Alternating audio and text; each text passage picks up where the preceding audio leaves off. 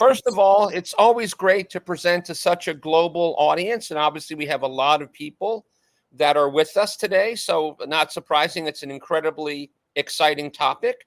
I do want to talk about artificial intelligence specifically for startups. And let me just spend a little time talking about my background so you know where I'm coming from. I have been a Founders Institute mentor. I started my career in Silicon Valley as an engineer. After my MBA at Yale, I worked at McKinsey for several years out of New York City. And then I helped co-found 8 enterprise technology startups. 2 went public on the NASDAQ. 7 were acquired by companies like IBM and Oracle and Symantec. And over the last 20 plus years, I've been teaching, in addition to being very active in the startup world, at MIT, at Harvard, where I teach very actively today, at Brown, at Cornell, at Carnegie Mellon, at Babson College. And so, bring a lot of expertise to the world of startups, having done 8 over 25 years. And today I do a lot of consulting to large global companies on innovation. So you'll recognize a lot of these logos. So I spend a lot of my time consulting in the tech industry. And I also spend a lot of time consulting in more traditional industries, automotive companies like Ferrari and Stellantis, medical tech companies like Medtronic and Quest, financial services companies like Capital One and AXA. So this is kind of what I do when I'm not giving talks for the Founders Institute. And so we're all here as entrepreneurs because we have a dream. We want to create the next great tech company. And if we go back, and you're all global citizens, many of you probably have heard of the great Niccolo Machiavelli, who wrote this 500 years ago. And it's probably more true today than it ever is, right? There is nothing as difficult or as dangerous to do than to undertake to change the order of things. And of course, that's exactly what founders do. That's exactly what startups are designed to do, to change the way that we work, to change the way that we live, to change the way that we interact, right? We're change makers. But getting people to change is hard. It does not come naturally. And so we might come into our startup with a huge vision, like we really want to put a massive dent in the universe. We want to leave a significant legacy. But we need to start small and scale incrementally over time, right? One step at a time. And so let's get into the content now, okay? Let's talk about how transformative AI is and how much more it will be in the years ahead. Let's talk about the fact that AI already has reached a very interesting point of commoditization as an underlying element because of the models that are becoming increasingly similar and interchangeable. Very importantly for all of you as founders, let's talk about how you can build a defensible moat around your startup if you're using AI, because it's not straightforward. And then let's talk about now, let's look inside the company. Let's not think about the product now, but let's look at how you might use AI as a force multiplier inside of your company for everything from coding to marketing and sales and customer support. Okay. So I don't think I have to convince anybody that we are living in the age of AI, right? It is here and it is now. Okay. And so I'll ask you to complete this poll, if you would, just to let us know whether you're actually using AI inside of your operations today. Are you using it to code? Are you using it for sales? Are you using it in your customer support ops? Are you using it in multiple parts, multiple functions of your startup?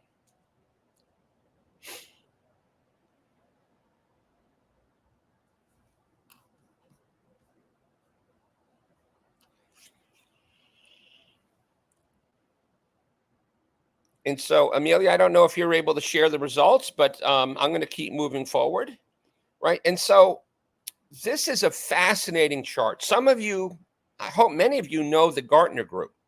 The Gartner Group is without question the most respected IT analyst firm in the country and in the world, literally. And they generate billions of dollars every single year by consulting to C-suite executives about their use of next generation technology. And on the right hand, you see, beginning with the very first days of digital disruption, with the advent of the World Wide Web and the Mosaic web browser from Netscape and early companies like Amazon and Netflix, the single biggest digital disruption to ever happen until recently was the introduction of the World Wide Web and the democratization of access to the world's information. And it is considered to be a massive disruption with literally 10 to the fifth secondary disruptions. Now, what's fascinating is that Gartner is listing generative AI already just a year and a half into its introduction at being almost at stage 4, right? There's a lot of hype around a lot of technologies, and Gartner is not a firm prone to hype. They're very pragmatic in their approach. And when Gartner lists generative AI at nearly the reinvention stage after year 1, when the World Wide Web has been around for 30 years, tells me everything I need to know about how disruptive this technology is and will continue to be, okay? Some of you may have been blown away by the OpenAI text-to-video app known as Sora, okay? And what you may have seen is the American movie mogul Tyler Perry, who has one of the most sophisticated of all of the Hollywood studios in the United States, and who's made Marvel movies, and he's done a lot of superhero movies, including Black Panther. When he saw the demonstration of Sora, he instantly decided to put a nearly $1 billion expansion of his studio on hold. That's just how profoundly disruptive this technology is.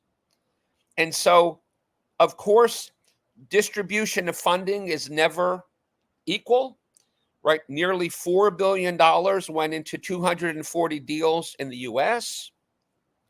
Another roughly $2 billion went into 120 deals in Europe. Another 1.2 billion went into about 170 deals in Asia. And we see far smaller amounts in Africa and in Latin America, right? Measured not in billions, but in millions. So obviously it's not an equal distribution of funding. And for those of you who pay attention, just this morning, the Sovereign Wealth Fund of Abu Dhabi announced that they're going to get far more aggressive. And rather than invest in other vehicles, they're going to invest directly. So I suspect we're going to see a lot more investment coming out of MENA very soon. Okay. Now, Tufts University recently did a study that was looking at the technical readiness of AI nations. The acronym is TRAIN. And they looked at 4 different variables, including the amount of data available, the compute intensity, the amount of IP. And the United States was significantly ranked higher than any other country by a very significant measure. Okay. And so there's no question that a lot of countries are going to compete heavily in AI. You'll notice that the UAE and Saudi Arabia are not in here. Singapore is not in here. And that's not because they're not making massive investments. They are. But because they just didn't have enough data to allow themselves to be ranked, given the small size of their respective nations. Okay. And so now I want to shift to a very critical insight for all of you building startups using AI technology. Of course, water is a commodity, and you can get water from your tap, you can get water from a fountain, and you can find hundreds and hundreds of varieties of water, but it's just water. And if you think about what Perrier did, right, they branded water for the first time. They made water part of a lifestyle. With AI, it is so easy today to have even fairly unsophisticated engineers get access to an API and within the course of an afternoon, create an AI app. Okay, so this is something that has never been possible before. And as a result of that, we're seeing a lot of commoditized startups today. There's very little differentiation across the vast majority of startups that are using the same foundation models for their startups. And so what are the challenges, right? And I spend a lot of time on panels with venture capitalists. I'm on the board of a number of startups that are raising money. I invite VCs into my classes to talk. And what we hear consistently is that they have looked at thousands and thousands of business plans, listened to thousands and thousands of pitches, where Gen AI is sort of at the center of the startup. And most of them are almost identical under the hood, right? Because it's becoming impossible to distinguish yourself now when it comes to access to data and models, right? Everyone's grabbing the same models, whether it be from OpenAI or whether it be from Google or Facebook or Mistral or Cohere or Anthropic, okay? So the challenge is that, of course, plays directly into the hands of the big incumbents. And the only way that a startup today is going to be able to have some kind of unique competitive edge, create some kind of moat, is it's going to have some insights because it's not typically going to be able to compete on access to data. And so just a couple of data points. If you look at the winter 2024 cohort of Y Combinator, 70% or 175 startups are building models on top of generative AI. There are two real themes coming out of this current winter cohort that just had their demo day. A number of them are attacking vulnerable components, incumbents like Salesforce and ZoomInfo. You're seeing a lot of sort of revenue ops related types of startups. A number of them are attacking customer support centric use cases from companies like Zendesk. And you're seeing an increasing focus on niche verticals, which makes a lot of sense because these will not be nearly as competitively intense as some of the more common mainstream ones, right? And IMD, the business school out of Switzerland, has done a very good job of categorizing, again, hundreds of different apps just for productivity, all built on common models, all using generative AI, right? And it's really hard to distinguish. And so here's just one more example, right? If anybody out there is creating an education technology-based AI company, Reach Capital, one of the most active early stage EdTech VC funds, has identified literally about 280 companies in the EdTech space, 116 alone in personalized learning, another 100 in career and skill development, which is where a lot of the funding has come from, right? So you're seeing about 400 million, close to $500 million coming, into this one space. So there's a massive amount of competitive intensity. Of course, as founders, you need to think very clearly about how you're going to distinguish yourselves. And so if we learn from history, some of you may have followed the history of the sequencing of the genome. And in the early phases of that technological revolution, it costs many millions of dollars to do genome sequencing. But eventually that technology became commodified and you can get a $100 genome sequence. Well, it turns out in the world of generative AI, we got there on day one, right? We don't need for this technology to become inexpensive and accessible. It already is, right? When OpenAI put out 3.5 and it's out there for free, or you can get free versions of Claude, you can get a free version of Gemini Plus, you can get a free version of Copilot. It's already commoditized. So one question I really encourage all of you to ask yourselves is, if you took AI out of your pitch deck, have you still really built a fundamentally strong, scalable, sometime in the future, profitable business? Are you able to think about delivering value outside of the AI solution and build on top of it? Okay. And just to put a point on it, many of you probably heard of the company known as Inflection. You couldn't ask for a better pedigree. The gentleman on the left in the glasses is none other than Reid Hoffman, one of the early team members of PayPal, the founder of LinkedIn, a multi-billionaire, formerly a venture capitalist with one of the most prestigious firms in the Valley, Greylock. And on the right, Mustafa Suleyman, who was one of the early guys at Google DeepMind, without question, the most sophisticated AI research firm on the planet. And these guys raised literally billions of dollars at a sky-high valuation. And in the last month, realized that they just were not getting any kind of traction. And they basically decided to sell the assets of the company to Microsoft. And Suleiman, the gentleman with the beard on the right, is now running consumer AI for Microsoft, right? And so when a company with this pedigree and this level of capital funding decides to throw in the towel, it's a real signal about how unique we need to be. And just to put a point on it, some of you probably had heard of Stability AI, which was a very hot company when it came out about a year ago.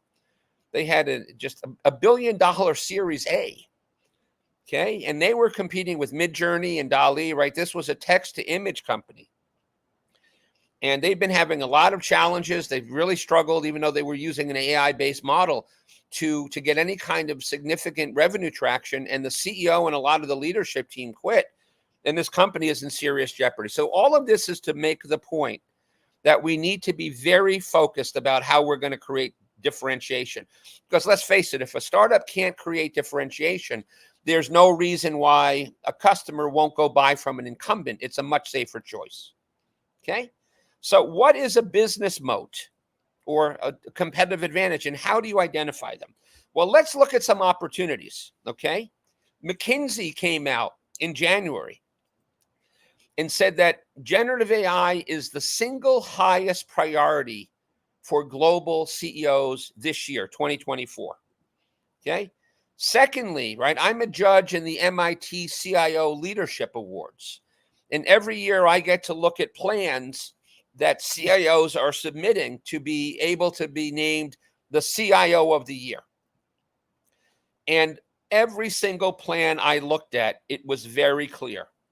Generative AI is a very critical part of the agenda, of the roadmap, of the budget, of all of these CIOs. So it's not as if there's not opportunity. IBM launched its own $500 million enterprise AI venture fund. IBM has never done anything like this. They've never been an aggressive venture capital investor. Okay, so we're seeing massive opportunity available to us if we could just figure out how to create value.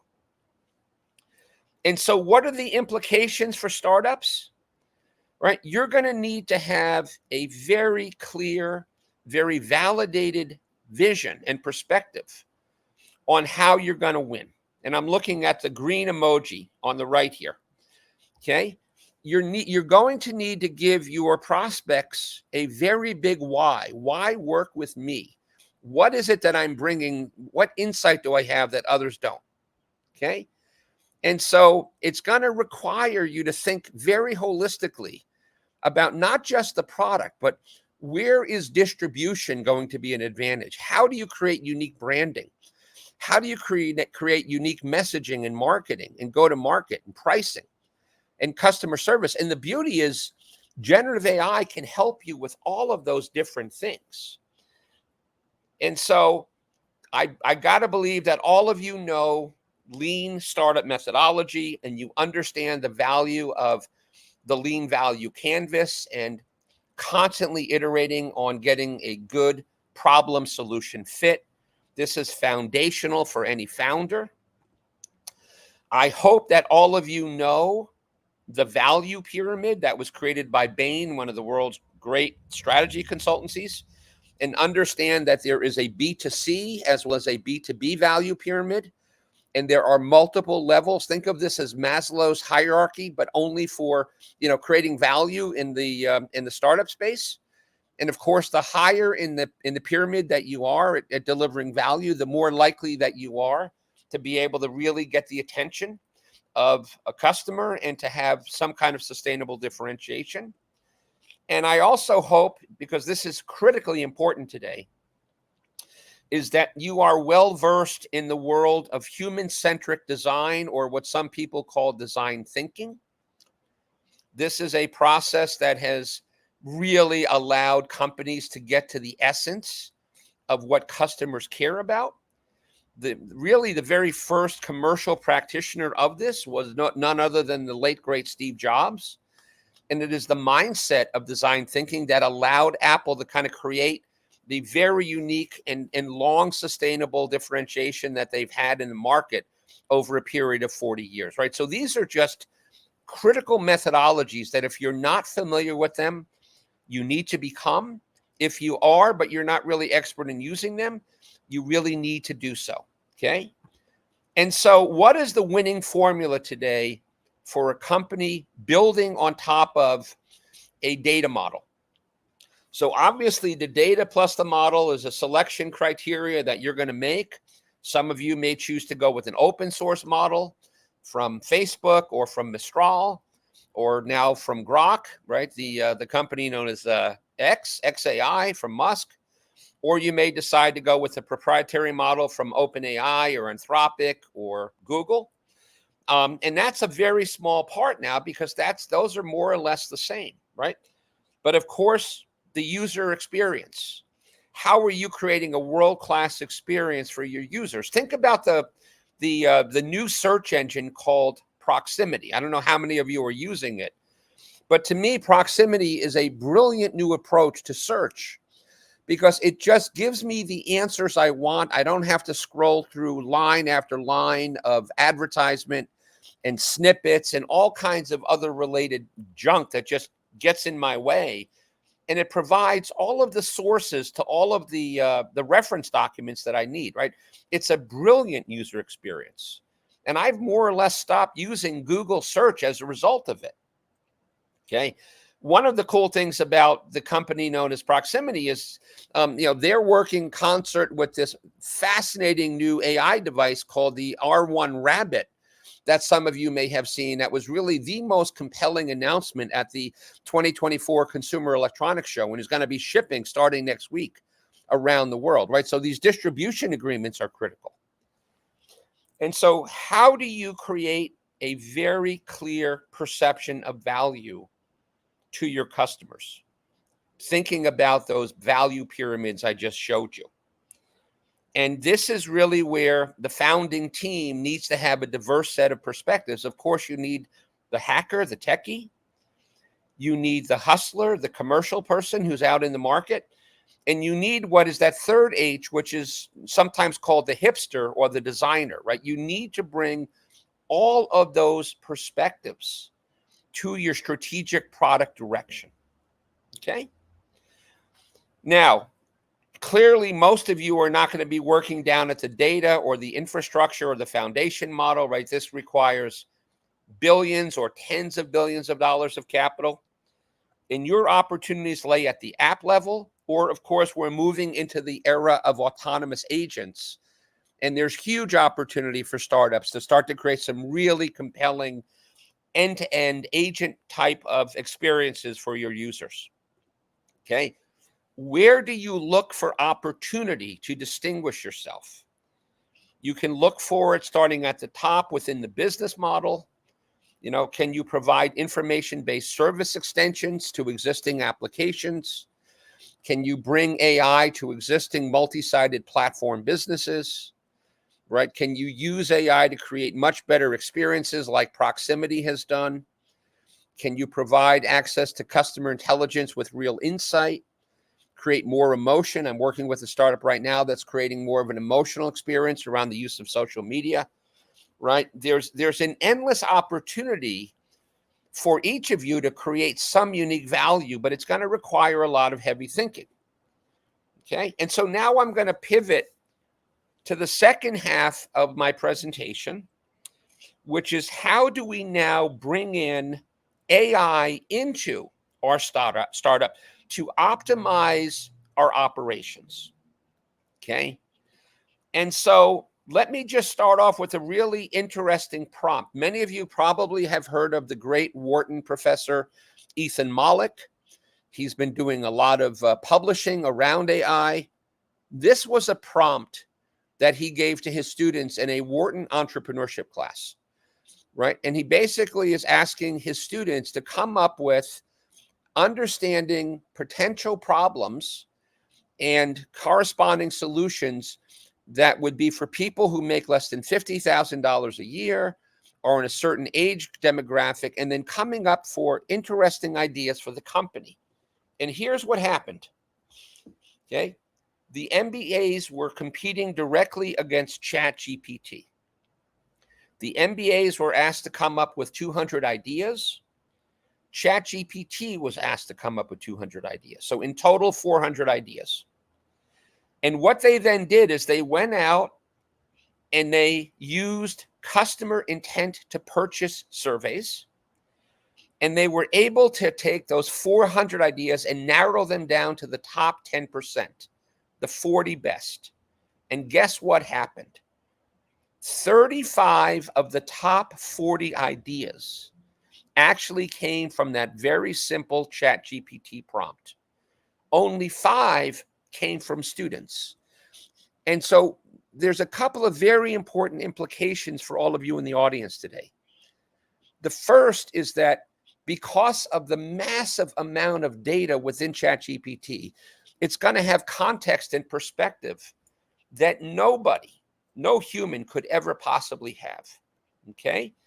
But more importantly, you can take advantage of this same exact kind of prompting within your own model about how do you come up with the right idea, the right type of approach within your startup to identify some unique capability that you're looking for, okay? He also found that the next step was, now that we know who what our sort of our target market is, how can we begin to identify specific personas that we can begin to market to in a very precise way, right? And of course, for those of you who are in marketing or advertising or design, personas are a foundational element, okay? And this became such a powerful insight that this has now been used just in the last few weeks several thousand times by many different companies. And these are, MBA students that are not even working in, real startups yet, and they're already beginning to create this level of unique value, okay? So let me give you a more sophisticated example. In the Boston, Cambridge area, there is a startup, a VC fund. It's really a venture fund. It's called Flagship Pioneering. And Flagship is a fascinating company, right? They were behind the Moderna vaccine as one example. And they draw an incredible amount of talent from MIT and Harvard. And so what they did is they said, as a venture studio, they are always looking for what is the next life sciences medical startup that we want to build in our portfolio to create another billion-dollar company. And in the past, that meant very tedious brute force work, pounding their way through thousands and thousands of academic journal articles and scientific literature. And now what they've done is they've brought some value to a large language model, and they're now able to automatically sort through literally hundreds of thousands of pieces of scientific literature and be able to identify in almost real time where they believe there are opportunities to build the next great life sciences venture, okay? And it even, just like proximity, it provides you with the scientific sources so that there's no question about it hallucinated. You can go right back to the source. So this is a very powerful model for anybody that's thinking about, if we're starting from scratch, where do we look? So all of these examples together, I think, should give you a lot of confidence that you can really have a much more strategic approach than you ever might have, given the resource constraints that startups have. Okay. Of course, raising money is a very important part of the journey. And here is a startup, fundraising market map, pitch decks, financial models, investors, CRM tools, right? And now you're seeing an increasing number of them being AI powered.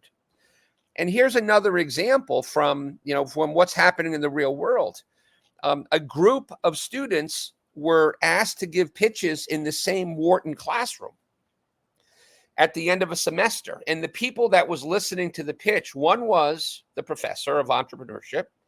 The second was a real world VC. And the third was OpenAI.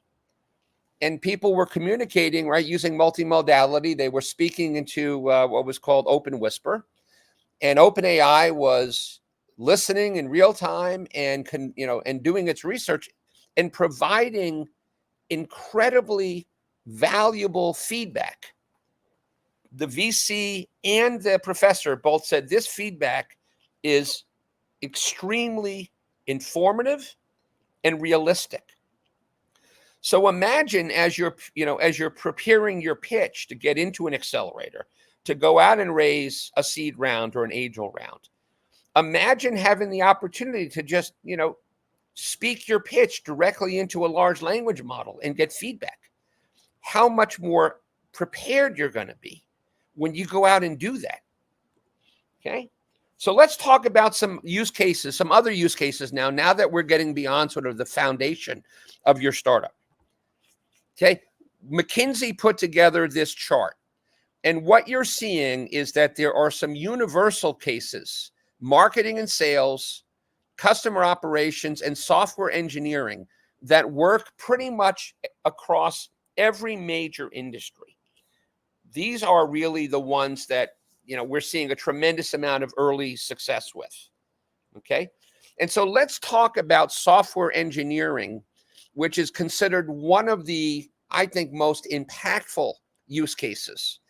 And what's interesting, and some of you probably have already been using GitHub Copilot or other, auto code generation tools, but the results are phenomenal, right?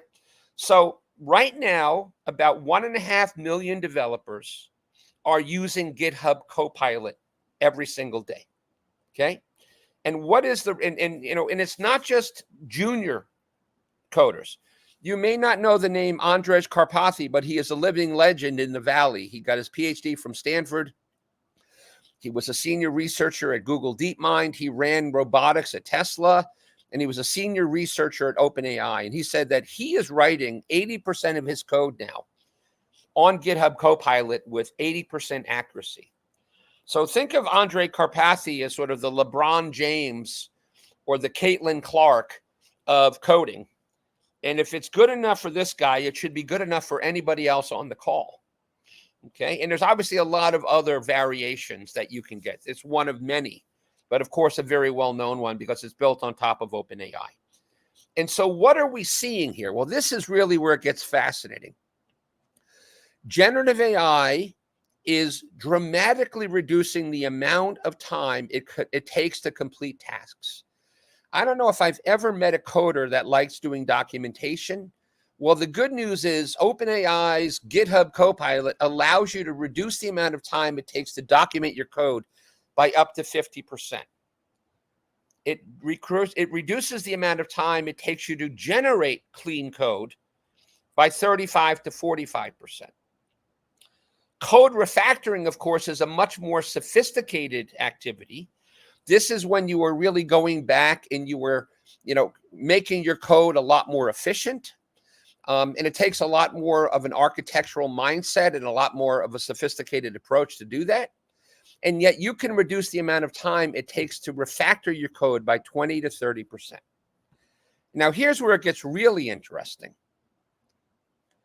One of the things that using GitHub Copilot has done is it has dramatically improved the mindset, the attitude of coders. So you see this point of demarcation between negative and positive. So the question then was asked of coders, Do you feel happy without generative AI or with generative AI? And of course, the number that felt happy using generative AI, right, GitHub Copilot equivalent, significantly more, right? A very small number are unhappy. How about your ability to focus on satisfying and meaningful work? Again, a much lower number of negative people when they're using the AI-based tool. I am in a flow state. I am at one with the keyboard. A very small number of people are not in a positive flow state, right? So these numbers are extraordinary. We dream of these kinds of value producing outcomes when we create new products. And this is not something that is new. This has been around now for several years. Okay. And so I would encourage all of you, if you've not done so. I know in some of the courses I've taught, I had mentioned these tools. Some of the students in the room, executives who were running engineering and development teams weren't aware of them. And within weeks, they started seeing unbelievable upside. And I got a lot of notes back saying, oh my God, thank you so much for, forcing us to think about this for the first time. Okay. Now, it's also very valuable in a sales and marketing and customer ops context. So let's look at sales, right? We have moved from the early part of my career where we were talking about sort of being champions of information using a variety of sales methodologies like value-based selling. And we're now very much in the AI-assisted sales era, and we're never going to return to the past. And so this is an example of AI across the entire end-to-end sales and marketing workflow. And what we see from awareness to engagement to consideration through decision, right, retention, loyalty, advocacy, is using a variety of different AI-enabled sales and marketing tools. We're seeing dramatic improvements ranging anywhere from 20% to 40% increases in productivity. Okay. And so there's an endless number of these applications that are now available, but a lot of this work can be used with some of the more common models that are out there. Okay. So if you're not using generative AI based sales and marketing capabilities, then you're not getting the value out of the sales and marketing team that you should be. Here's one example. This is a new startup that was born at the Founders Institute. The name is Ava, the world's first AI employee, and she's essentially an AI salesperson, right? So you can onboard Ava in about 10 minutes. She's able to get access to 270 million email addresses.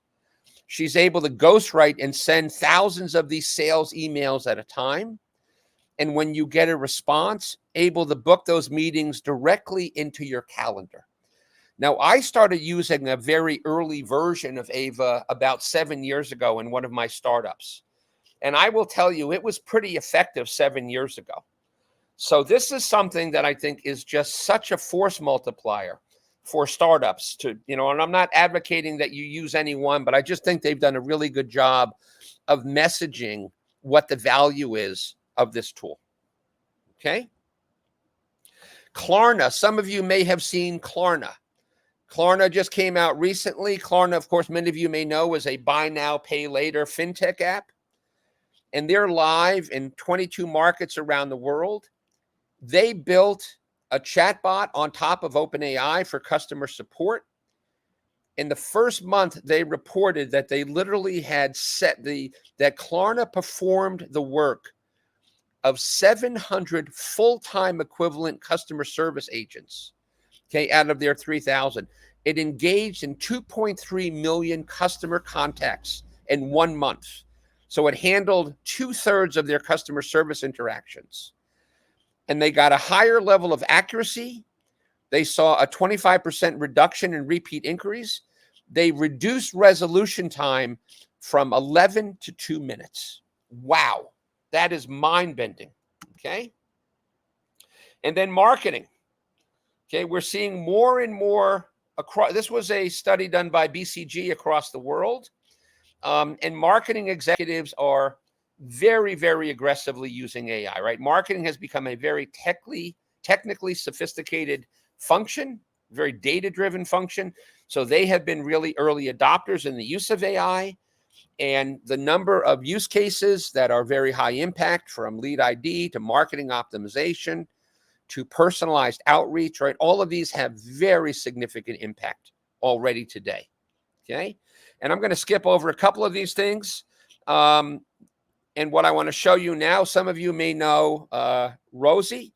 Rosie is an avatar that was created by a South Korean advertising agency using a combination of computer vision, 3D modeling, and generative AI. And Rosie literally has generated already this year, and we're only in April, $2 million in fees because she's appearing in advertisements on behalf of the agency. Okay. And they've been able to generate relationships with Calvin Klein, Tiffany, and a number of other very well-known brands. As a result, Rosie has really caught on. In South Korea alone, there are 150 of these avatars in the list is growing every day, right? So for those of you who are focused more in the B2C space, we're starting to see this dramatic increase in virtual social media influencers in Korea. South Korea is leading the pack. Okay. We're seeing the same in the use of augmenting creativity. Recent study was done, 1,000+ content creators were queried. Bloggers, podcasters, short form video producers. 2/3 are using tools for enhancing, augmenting their creativity. Significant increases in their creativity, their productivity, the number of followers that they're able to generate. Okay. And so it is a force multiplier. I hope I've convinced you of that. And so I want to wrap up, and I want to just encourage you, right? I'll be teaching a course on artificial intelligence at Babson College in the United States in Boston. Babson has been named the #1 school in entrepreneurship 31 years in a row, and it was just ranked as the #10 best college in America by the Wall Street Journal. So we literally just scratched the surface today, but I'll be offering a 3-week virtual course starting in June, offered on Wednesdays. And for those of you who are interested, the QR code is here for you to register. So I'm ready to answer some questions, and I appreciate the opportunity to speak with you today. So Amelia, thank you, Mike. Thanks. That was really comprehensive and inspiring, and I learned a lot. And you have a lot of great reactions from everyone. So feel free to connect with Mike. You can find him on LinkedIn or scan the QR code. Everyone will receive the recording within 48 hours. And after the Q&A session, just to remind you, we're gonna jump into the networking lounge, where we can also, you can meet us and maybe Mike, if he has more time. I'll spend a few minutes in the lounge. Absolutely. Yeah. So we have a lot of questions. So I'm gonna go with the ones that were voted the highest. And let's start with this one. I'm gonna put it on stage. An ASI, super intelligent AI, unleashed on internet in the coming years. Is that realistic? And how prepared are we? A question from Cedric. Okay, so I mean, I know that this is a question that everyone loves to ask, and so let me answer it this way, right? If you think about the 3 people today that are considered the fathers of modern AI, these 3 men all won a Turing Award, Turing Award, a few years ago. And a Turing Award is essentially a Nobel Prize in computer science. And if you ask all 3 of those men how close we are to artificial general intelligence, you will get dramatically different answers. And so I don't think anybody could look you in the eye and truthfully give you an answer. Is that day coming? It's coming. Is it 5 years away, as some people tell us? Is it 30 years away, as some people tell us? Nobody really knows. But what I will say is, AI is advancing at a pace that we have never seen technology advance before. Some people are saying it's becoming 1,000 times more powerful every year. Okay. And so, the question we have to ask ourselves is, where does AI governance best happen? Does it best happen at a global level? Is that realistic, right? We look at how ineffective the United Nations has been.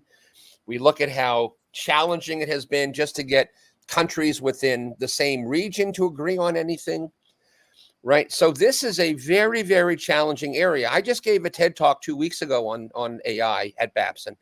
And here's what I said to everyone, right? None of us individually are going to be able to manage the downside. We have to leave that to experts.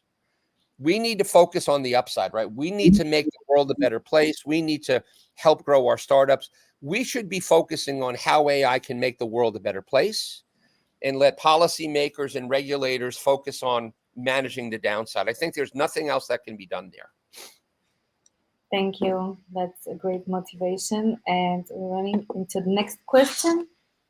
What if you build a tech startup without any AI today? Does that mean you're bound to fail? Does it mean the same proposition with AI will kill your startup overnight? And how the traction and customer service impact on this scenario? It's a very interesting question, Manoj. Thank you for this. Right. So listen, no one says you have to have AI in your company. Okay. I know that everybody loves to chase the new shiny thing. And, and if you think about my Y Combinator example, if 71% are building AI startups, that means 29% are not, and they're still getting into Y Combinator, right? So it's not about, do I have AI or do I not? It's, if I choose to use AI, am I using it in a way that is truly unique? Because a lot of people say, oh, my differentiation is I have AI. No, that's not possible. So by no means should you feel like you are compelled to use AI. And there's nothing that says that if you do use AI, it's going to kill your startup. But it's going to require a lot of really deep thought, a lot of human-centric design and market discovery to use it in a way that actually adds value, right? Right now, of course, the funding environment is like a tale of two cities, right? Those people that do not have AI in their business plans are challenged more than people with AI. But, that will level itself out fairly soon. At the end of the day, VCs care more about one thing. Are you creating real value? Are your customers buying what you're selling? And are you being able to show that you can scale your business and drive towards some path toward profitability? That will never change. So think most about, how am I creating customer value, and the rest will take care of itself. Great question, Manoj. Okay, next question is also connected. I think Icaro is referring to the beginning of your presentation. Yes. Small start should also be applied to our target public. First, provide a solution that's focused on our public, then traction, and then expand the public. Yeah.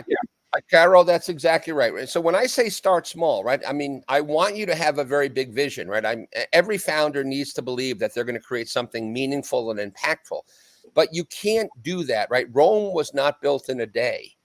You need to identify a very clear set of early adopter customers that are perfectly targeted for your value proposition, that can't imagine living in a world where your solution doesn't exist, where they use it aggressively, they get great value out of it, they're willing to be advocates for you in the marketplace, both with new prospects and with investors.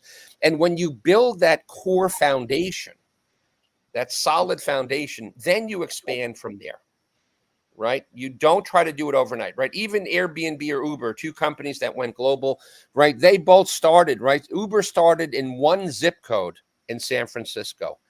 Airbnb literally started at the South by Southwest conference in a single city in Austin, Texas, right? And it was the ability to sort of prove out the model there that gave them the confidence to continue to incrementally expand until they wound up going global.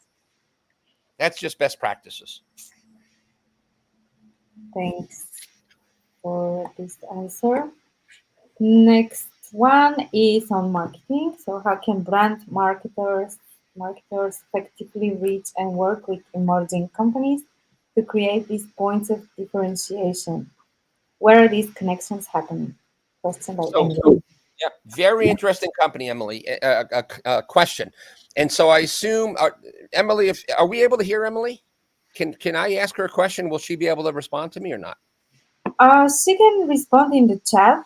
All right. So, Emily, do you work for an ad agency or a big consumer brand? Or help me understand. I want to try to answer your question as best as I can. When you say you're a brand marketer, what exactly does that mean? Let's see if she's still here. Yeah. I'm not sure if she's with us now.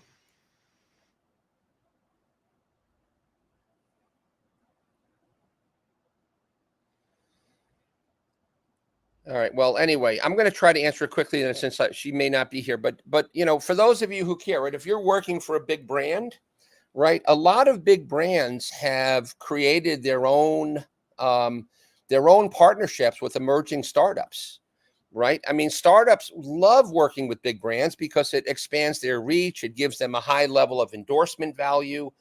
But if you're a brand person, you need to figure out where in your city, and New York City is a very active city for startups.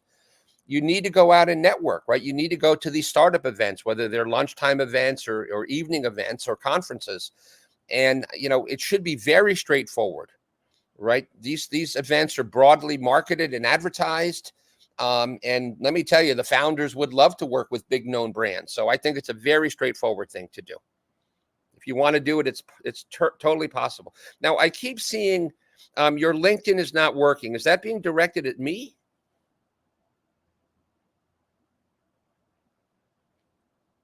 I don't know. If you can't, just if you log on to LinkedIn and you put in the name Mike Grandinetti, I assure you I will come up.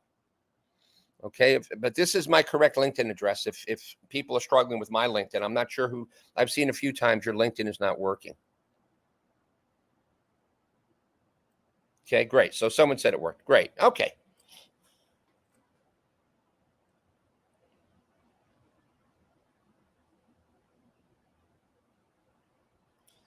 So Amelia, are you muted now? So I see your lips moving. I don't hear you. Can you hear me? Yeah, you're muted, Amelia.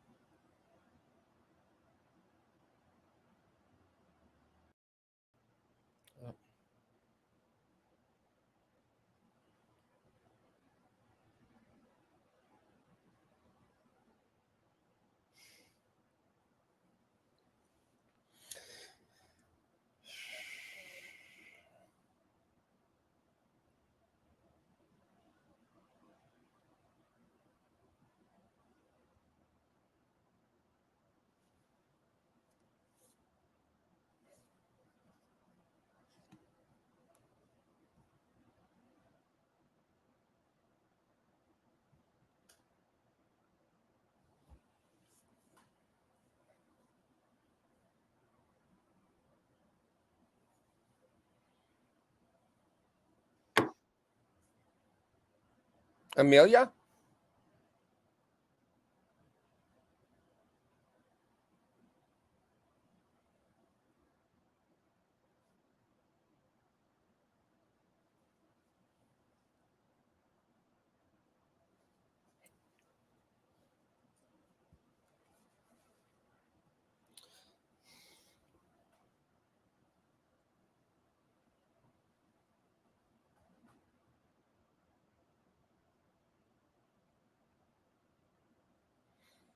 So I don't know if we're still live or not, guys. I know we've lost Amelia.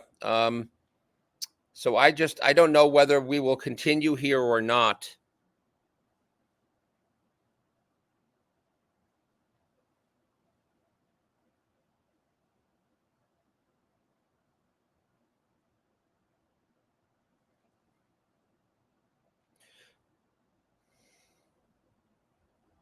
Okay, so if you can hear me, I'm going to answer that last question. I mean, there's no doubt that OpenAI, having raised $13 billion from Microsoft, having a distribution relationship with Microsoft, now having a significant number of enterprise customers, right? About to launch Sora, which will be a revolutionary video to image generator. The use of their DALL-E voice, of their image to their text to image tool, right? They are going to be a winner. And they are so far out front in terms of their capability that a lot of companies that did not differentiate themselves are not going to make it. And it's exactly the point of the first half of my presentation. If you're not distinguishing yourself from big giants like OpenAI, then you just can't possibly create enough value to continue to exist in the market, which is why Inflection and I closed its doors, even though it had billions of dollars in the bank.